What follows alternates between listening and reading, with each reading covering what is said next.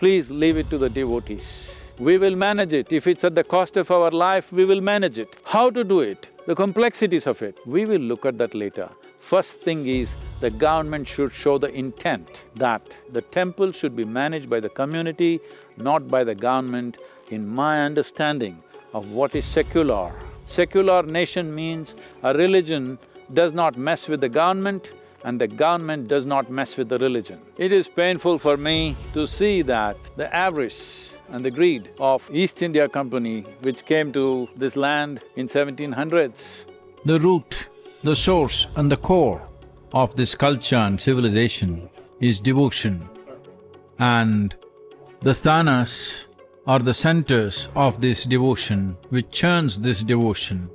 In this culture, for thousands of years, is the temple, which is built to a certain science. Temples became powerful means of transforming one's lives. And unfortunately, today, these temples, these powerhouses, this very life center is enslaved in the hands of bureaucrats and politicians who have no concern or care or involvement or devotion for these powerful centers which have been the heart of our culture.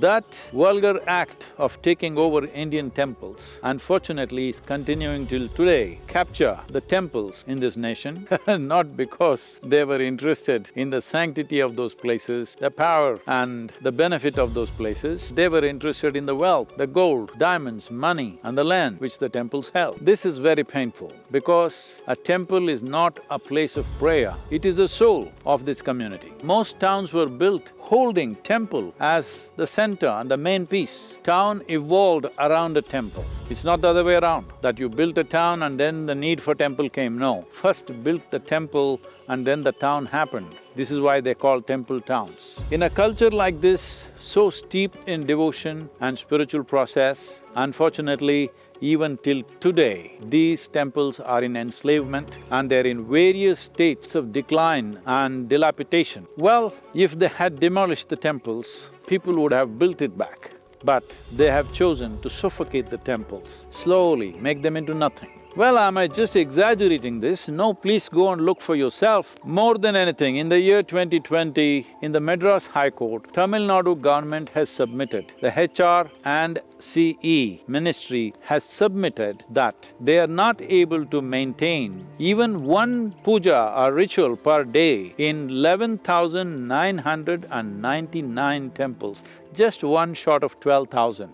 That many temples, the puja, one puja a day, they are not able to maintain because there is no revenue. 34,000 temples have less than 10,000 rupees income, not per month, per annum. Per year, they have less than 10,000. 37,000 temples, they are not able to appoint more than one person to do whatever is needed in the temple. That means the same person does the puja, he is supposed to clean it, he is supposed to take care of the management and everything. So you can understand the state of these temples.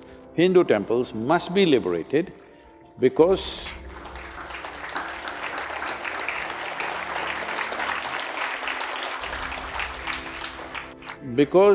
one important aspect of this is, it never belonged to a particular religion, it belonged to a particular trait. Devi temples are made one way, Shiva temples are made another way, Krishna temples are made another way, Vishnu temples are all in one way, Brahma temples in different ways, and all the different kinds of Devis, they are made differently. These were all energy centers established for different purposes. According to your purpose, whoever you are, you could go there.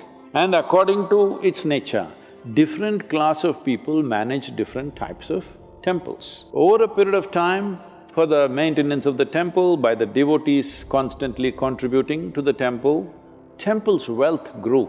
As the wealth grew, slowly certain communities tried to kind of dominate that because there was so much money and so much wealth, so naturally certain people dominated that. Well, in the British era, you must understand this, the Hindu temples were not taken over by the British Empire. It was taken over by a corporate called East India Company. A business took over the temples. Why was… you think the business was interested in your religion?